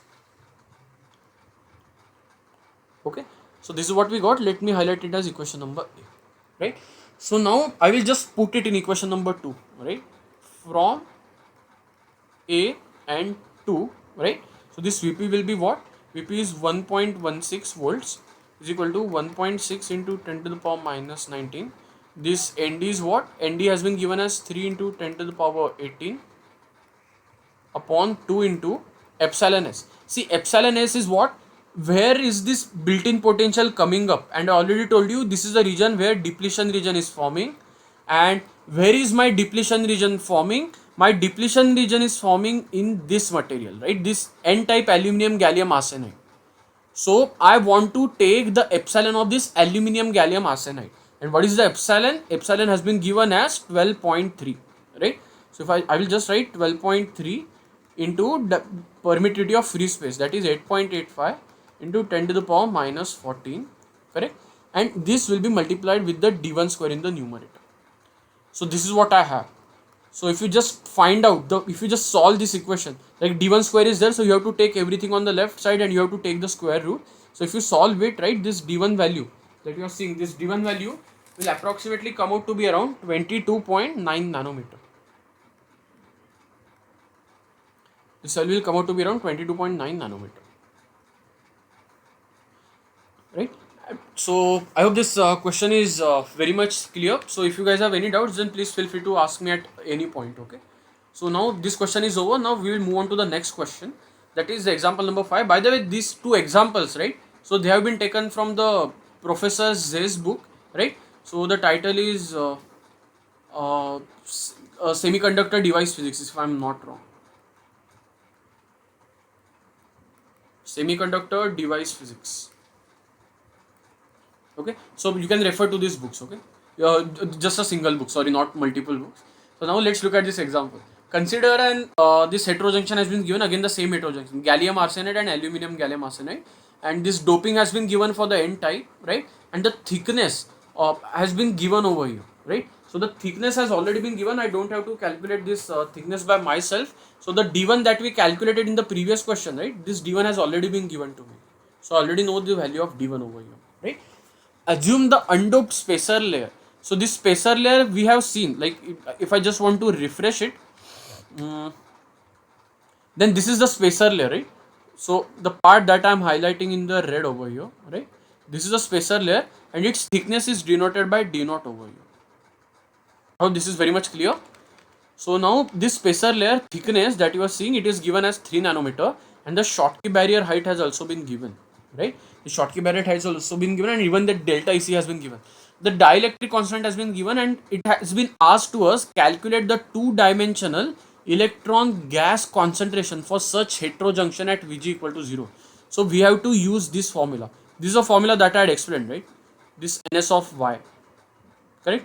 And what did I tell you? We have to put y is equal to 0. So if nothing has been given, then they are asking us to calculate at the source side. For the source side, y is equal to 0, right? And now what is actually happening, if I just take a quick cross section, this is our channel, right? This is our channel. We are applying the VDS over here and we assume that this is grounded. So at this point, if I tell you what is Vy, first of all, y is 0, and V of 0, if I tell you what is this is 0. And what is V of L? V of L is nothing but my VDS. So this V of y that you are seeing over here, it will reduce down to 0. So my Ns of 0, I am not writing 0 over here, let me just write it for the sake of formality. This will become what? Ci times Vg minus Vt divided by Q. But they have given in the question that even my Vg is equal to 0, right? So if I put Vg is equal to 0 over here, then the Ns required will be what? Minus Ci times Vt divided by Q. This is the thing I am left with. So now what is my job? My job is to get this threshold voltage out. First of all, I want to get this threshold voltage out. So that is the first job, and the next job is to calculate the value of Ci, right? So these are the two things that I have to find out now. So now let's come to the point where we can find the threshold voltage. So now we have seen one formula for the threshold voltage, right? So what was the threshold voltage? Phi Bn minus delta EC by Q, correct? Minus Vp. Now let me see whether I know everything in this equation or not. See, this phi Bn has been given, delta EC has been given, but what about Vp? Vp I don't know yet. Vp I have to find out, and do I know any formula for calculating the Vp? Of course I know. Vp is what? It is nothing but I can write it in terms of that the thickness, like the thickness of that n-type dope layer, d1 square upon 2 times epsilon s. So let me write out the equations. This is equation number A. This is my equation number B. This is my equation number C. So my job will be now to check whether everything is there for calculating the value of Vp. Q I know, Nd I know, the D1 has the value of 40 nanometer has been given in the question, even the epsilon s I know. So Vp I will be able to find out from the equation number C. I will substitute that Vp in the equation number B, okay? Then I will be knowing the Vp and I will be knowing each and everything. So first I will calculate the Vp, then I will calculate the Vt, right? And the moment I have the Vt, then I will try to check whether I can substitute it in this equation number A or not, right? So let's start with the equation number C, right? So what was Vp? Vp was nothing but Q. What is the value of Q? 1.6 into 10 to the power minus 19 into ND, right? What is the value of ND? They have given 2 into 10 to the power 18, 2 into 10 to the power 18 into D1 square. D1 is 40 nanometer, right? So to convert it into centimeter, this is 10 to the power minus 7, the whole square, divided by, I have 2 into epsilon s. So 2 into epsilon is nothing but where this depletion region is forming. It is at AlGaS, right? And the dielectric constant is 12.3. 12.3 into 8.85 into 10 to the power minus 14, right? So if we calculate this value of Vp, right? If we try to calculate this value of Vp, this will come out to be around 2.35 volts. Okay, a huge value, right? So now let me substitute it in the maybe equation number B, right? So now put Vp in equation number B, right? So now threshold voltage is what? 5Bn. So 5Bn value I already know from the question. The Schottky barrier height has been given as 0.85 volts, right? So 0.85 volts minus delta EC by Q. It is what? 0.23 volts. 0.23 volts. And now what do I have? I have one more term minus Vp. Vp I have already calculated. It is 2.35 volt. So if I calculate the value of Vt, it will come out to be minus 1.73 volts. Should I get shocked by looking at this value? Absolutely not, because what I told you, like this MOSFETs, like you generally have the inversion layer already created, right? So I'll just write it for the clarity. Inversion layer is already there. This is what sir must have told you as well, right? So that's why they have the negative threshold value. So now I have the Vt with me. Now my job is to get to the equation number A, but I also don't know the value of Ci, right? So I also don't know the value of Ci. So how can I calculate the Ci? By looking at this equation. Let me write it as equation number X, right? So now in the equation number X, so delta D. So delta D, what is the value of delta D? This delta D I already told you, right? If nothing has been given, we assume it to be 8 nanometer. This is a channel thickness, right? So delta D has been given. Even the D1 value has been given to me, right? As 40 nanometer. So this is 40 nanometer. What about D0? Again, it has been given to me. What is the value of D0? 3 nanometer. Right? So epsilon S, I already know it is at 12.3, right? So this epsilon S I also know. So I can easily find out the value of Ci. So from equation number X, let's start substituting everything, right? So, oh, sorry, just a minute. Yeah. From X, so this Ci value that you are seeing, so let me substitute everything. So epsilon S is nothing but 12.3 into 8.85 into 10 to the power minus 14, right? Epsilon S divided by, we had the additions of 3. 3 is nothing but D1 plus what I had, D1 plus D0 plus delta D, right? So I will substitute everything. So the 40 nanometer plus 3 nanometer plus 8 nanometer. So all of them will be multiplied by 10 to the power minus 7 over here.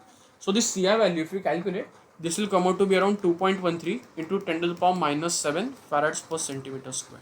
Now I have everything with me to calculate what I want. So now let me highlight this as maybe equation number 3, maybe this as equation number 4, right? So now from I will substitute both these values in equation number A, right? So from A, 3 and 4, what I will get, this Ns will be nothing but minus Ci. Minus Ci is nothing but minus 2.13 into 10 to the power minus 7 into Vt. Vt is minus 1.73 divided by Q. 1.6 into 10 to the power minus 90, right? So now if you calculate this value, right, of Ns, this Ns will come out to be around, if I'm not wrong, then this Ns value will come out to be around 2.3 into 10 to the power 12 per centimeter square. See, this is the density, right? This is the density, the channel charge density, the number of carriers per unit area. So that's why it has a unit of per centimeter square, right? So this is what they wanted us to find out. So these are the number of carriers per unit area that will be available at the source side of the MOSFET that we had given, that has been given in the question, right? So I hope this question is very much clear to you, right? So now let's move on to the no, this will be okay. This problem we don't want to solve as of now. Like, so we are already done with the whatever questions that I wanted to solve. So we will close the session over here because already we are much ahead compared to the time, right? So if you guys have any doubts, then please feel free to ask any questions. Also, like, whenever the YouTube video has been uploaded, you can ask any questions if you want in the comment section of that video as well, right? Okay, so thank you guys for attending the session. Hope to see you soon in the next week. Take care. Bye bye.